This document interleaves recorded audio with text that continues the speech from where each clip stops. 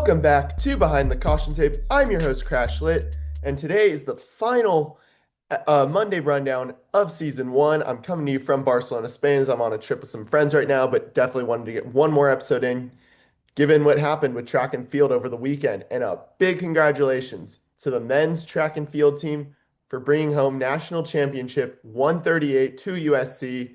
They split it with Texas A&M for 41 points, with 41 points each. And it's the first outdoor title for the men since 1976 and the 27th overall. And then they also won the indoor title earlier this year and becoming the first school since Minnesota to do that since Minnesota in 1948. And it also makes it even more impressive they were able to win it even without getting any individual event wins up in Tracktown, USA in Eugene, Oregon. So just really big congrats to the men's team. And then the women's team finished second with 47 points behind Georgia, who won on the women's side. And that's their fifth top three finish in the last 8 years. And just shows just how impressive, just how really, just how solid this team is. And just with the success overall of the teams, you just see just USC having so much success here. And I mean, they're the only program with both programs finishing top three for both indoor and outdoors this year, with the men finishing first for both and the women finishing third in the indoor and second in outdoor. So just congrats to both teams on just an incredible year. And it was just really super hyped for both squads, especially the men bringing home another national title this year and putting USC's total to 138. The news with football is they have the bit of news with football that I could find to talk about this week. It is just the three players who won the the core value players of the week. So Unify was Anthony Beavers Jr., Sacrifice was Hank Pepper, and Championship Culture was Asante Daz. So just shows that I think even just USC adding this shows, I think, just the culture that Lincoln Riley's trying to build. And I think just really shows that he's just trying to, set the standard and get players to really buy in. And especially, I feel like the momentum's there for them to have a really good year. And I'm super excited for the upcoming football season, hoping to, make as many games as I can, obviously. So definitely excited for that. Then big news with baseball, actually, before we go. Like I said, this won't be too much. Just I was kind of pretty much just track and field ending was kind of the end of the school year, and that's why this is the final Monday rundown. But big news with baseball. So one thing I forgot to mention last week was the all-regional team from the Corvallis Regional was Caden Aoki, Jack Basir, and Avery Covarrubias. And then big news from about Ethan Hedges, who was named a second team All-American by Perfect Game. So it's the first All-American award of his career, and then first since All-American award recognition since Ben Wagner in 2020. And then really just this award speaks just how much of a contributor Ethan Hedges was, not just behind the plate, but also on the mound. And he first time he pitched since high school, and he would often come into close. He recorded 9 saves in 15 relief appearances and had a 2.4 ERA, and then held opponents to just a 173 batting average. So you could tell that even though he hadn't pitched in 3 years, he still really had good command all year. And it was really exciting to see him come out and be a dual threat throughout the school year. And then at the plate, he hit 347 and had 80 hits, drove in 80 runs, scored 57 and had 14 home runs, 11 doubles, and 5 triples. So just shows just the year he had and just how crucial he was to the overall success of the team. So it was really, really exciting to see him just do so well this year and just really just make this team really fun to watch, especially.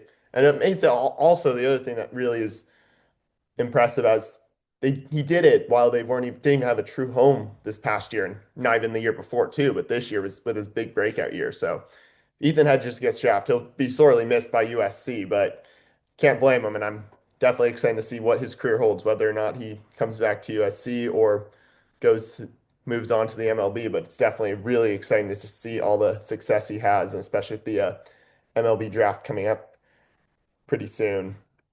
So definitely, while I miss baseball, I'm excited for them to definitely be back at Dado Field next year and with everything going on. So really excited for them.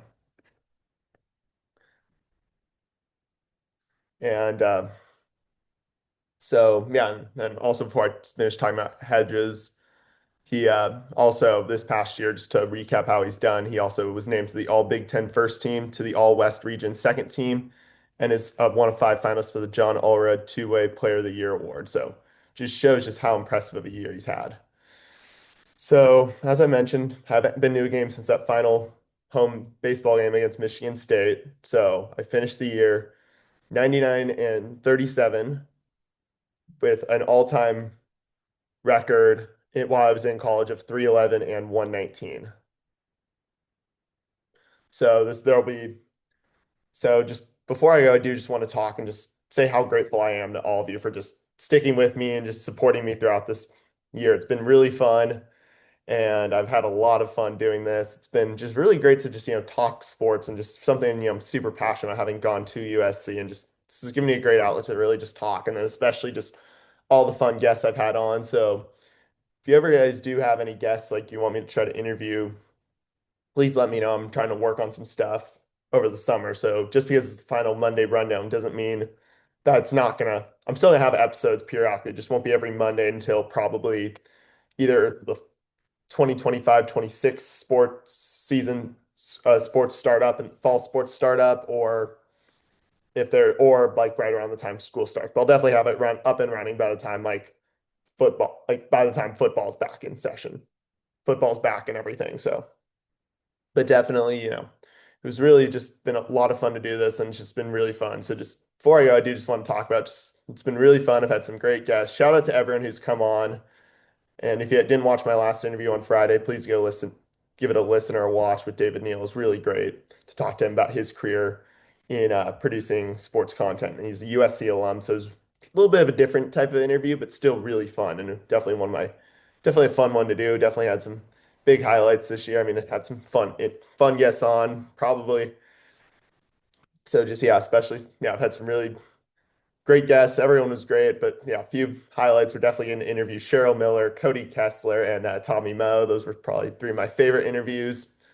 And obviously, I loved having everyone who came on was great. It's just there were just some really just fun highlights this year, especially getting to go and then also just going to all those games and just some of those highlights were definitely some of those UCLA I think the two UCLA basketball games were definitely my highlights this year. And thank you again. Yeah, it was just really fun to just do those. Thank you again to Woohoo for putting me courtside all year long, all during basketball season. Those were some fun memories. So just there were a lot of fun memories just this past year that were really cool. And then before I go, I do just want to run through my records before how I did each year. So my first year took me a minute to get into it. I went 33 and 25 in the 58 games I went to. My sophomore year, I went 103 and 23 for a total of 126 games. Junior year last year, I went 76 and 34 for 110 games. And then the senior year, the 136 games I went to, I went 99 and 37. So totaled 430 games while I was at USC. Good for a record of 311 and 119. And obviously, I'm going to keep tacking on to that as the years come. So that's not going anywhere. Just hopefully I can keep coming to games like this, but just all depends on just how everything goes with work and all that. But definitely, it's been, a really, really fun time just doing all this with you guys. And just thank you again for all your support. It's just means the world to me that you all just took time to do this and just it's been quite a journey. So before I go, I do just want to also mention that, yeah, like I said, I'll still be popping up occasionally over the summer, whether it's guest interviews or just other things based on what goes on, based on kind of opportunities I get and everything. So we'll still keep doing episodes for sure. And then I'm definitely excited to, yeah, so definitely gonna work. I'm working on getting some guests. If you guys have if any of you have people you want me to interview, please just leave a comment and just let me know who you want me to try to get on the show, and I'll see what I can do about that. And then other than that, yeah, like I said, it's just been really fun. And then I'll obviously, keep doing season two.